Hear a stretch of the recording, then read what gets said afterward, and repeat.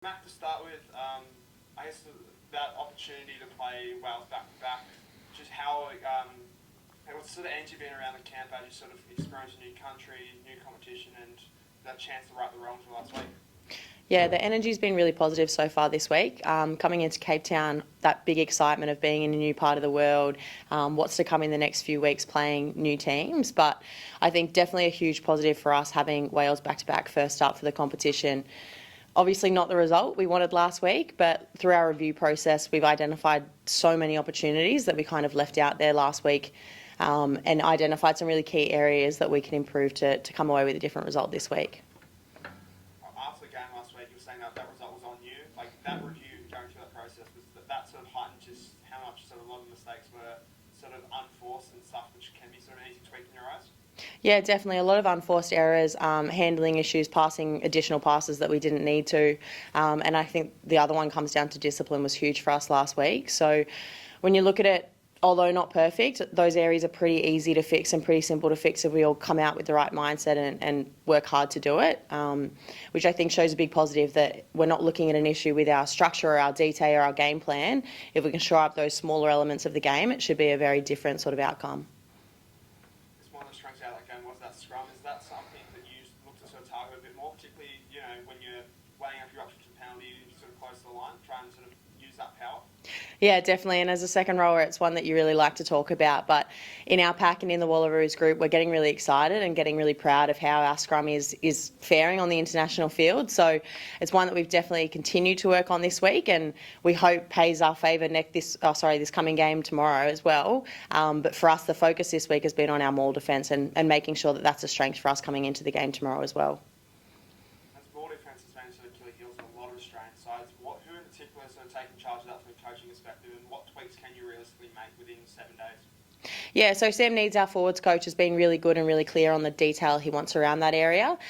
For us, looking back on the game last week, probably just a few key roles that we missed our execution of. So not so much a system error, but just some individual accountability there, which we've gone over a fair bit this week, given each other a bit of a run for the try line. But hopefully, yeah, some of those changes and some of those fixes will be really obvious tomorrow. Is part of that also choosing when to sort of attack and sort of go up the line out and sort of put focus on them more? Because I mean, under the new rules as well, the sort of the new tweak which sort of suggests that you can't. When you're not contesting, you don't have to throw it straight. Like, does that come into sort of the play when you're weighing up how you're going to defend them all 5 out? Yeah, definitely. And as line-out leaders, that was a conversation that was had last week. The beginning sort of 20 minutes of the game, we were looking to contest and to compete in the air for majority of those line-outs. Unfortunately, at the time, for whatever reason or perspective, we weren't getting any advantage with a not straight call. So the decision was made at the time to sort of stay down and focus on stopping them all momentum rather than competing in the air. Again, a little bit of practice this week on both of those styles of defence and something that as leaders we'll kind of discuss and use as we need to tomorrow night. In terms of this WXV2 competition, considering how you went last year at WXV1, is almost a pass mark of 3 wins from 3, or how do you sort of approach sort of setting your targets for this sort of 3-week block? Yeah, so targets definitely come week by week, I think. Our first focus is securing the win tomorrow night. Particularly off the back of last week, we want to make sure that we do come out with a performance we can be proud of and change that result.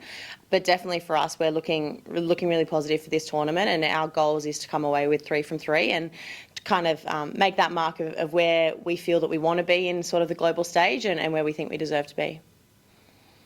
When you're on a tour like this and the wins aren't coming, as captain and sort of tour leader, what do you look to sort of do just to sort of keep the energy high, or is it very easy in a group like this who are still sort of able to ride the highs of, first trip to Europe, first trip to Africa, those sort of little natural excitement builders?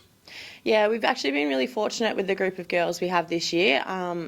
All 30 that are here are incredible personalities, incredible characters, and I think that alongside the management and coaching staff that we have at the moment has made that pretty easy despite the results we've had so far this year. A big emphasis of ours this year has been on building that culture and the reasons why we're playing and who we're playing for and the strength within the group. So the results are still taken pretty hard on the chest, and they still hurt each time it comes. But yeah, the strength in bond that we have between the group and between the staff at the moment has made it easy for everyone to keep digging in, keep working on making those improvements, and we know and we're pretty positive that that moment's going to come pretty soon when it drops, and you guys all get to see what we've been seeing out on the training field.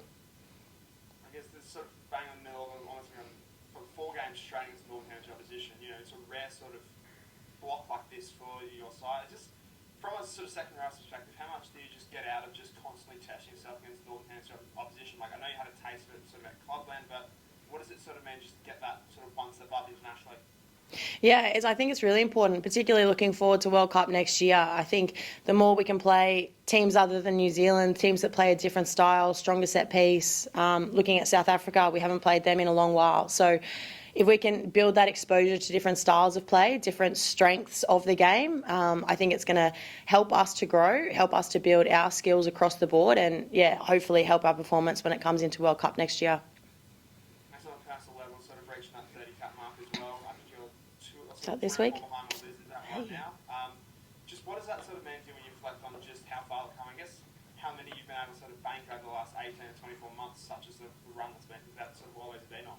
Yeah, I was going to say it's probably been more of a reflection of my age now, Nath. But it's incredibly honouring. I think when you look at the Wallaroos history, and you know we're probably coming into our 83rd Test match as a collective nation this week.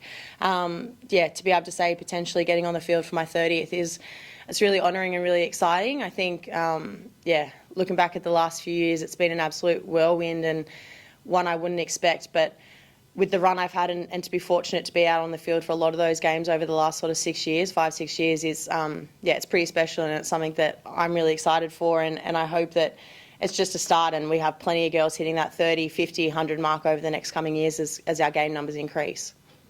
I guess regaining that captaincy last week after the week off from captaincy duty, not sort of playing against Ireland, do you sort of cherish it a bit more now that you sort of get a chance to just sort of see how Pessi does it now, you sort of get back in the role and being able to sort of work and bounce on someone like that who's someone you sort of shared this journey with for the majority of your career? Yeah, 100%. And I think when you look at our group, definitely the captaincy is an honouring title to have, but we've really kind of tried to build the culture of everyone being a leader within our group, and our leadership group is strong at the moment. We've got Trillian Pomares, Yoka Bessie, we've got myself, Laurie Kramer, and I think we're really fortunate that outside of that we have some great leaders too in Ash Masters and girls who've been around the game a long time. So week in, week out, whoever's got that title, everyone's contributing, everyone's throwing ideas, sharing the load, and I think that's what's actually working really well for us at the moment, is that we have that collaborative approach where everyone has a voice and an ability to lead. So last week was great. I'm really proud of Pessi, and I think she did an incredible job. As you mentioned, fortunate to play with her at the Brumbies, fortunate to have played with her over the last few years and been part of her Wallaroos journey as well. Incredible moment for her, and I know that she's still going to be a leader out there on the field for us week in, week out, just as I would hope that I would be a leader out there regardless of who's wearing the C on the day.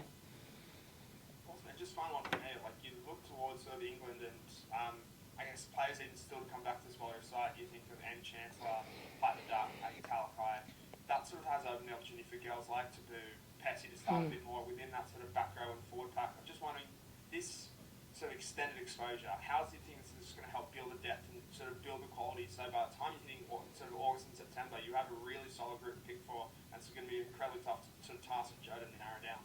Yeah, 100%. I think it's always unfortunate when you have injuries in the group or in the squad, but as you mentioned, it opens a door and it opens an opportunity for someone else to step into that place. And I think those girls, I mean, you look at the game last week and Taboo is doing incredibly well to fill that number 8 role and fill it with her own flair and do some incredible things out there for us. So I think, the more games we're playing against different opposition in different parts of the world, the more girls we're exposing to the jersey and I guess the level of rugby when you get to international test match games, it builds that depth for us. It means that we have multiple people in different positions that we can call on and rely on based on tactics, based on injury, whenever the moment comes. So I think it's a really positive for Australian rugby, and I guess it's a testament to the depth we are beginning to build through Super Rugby as well.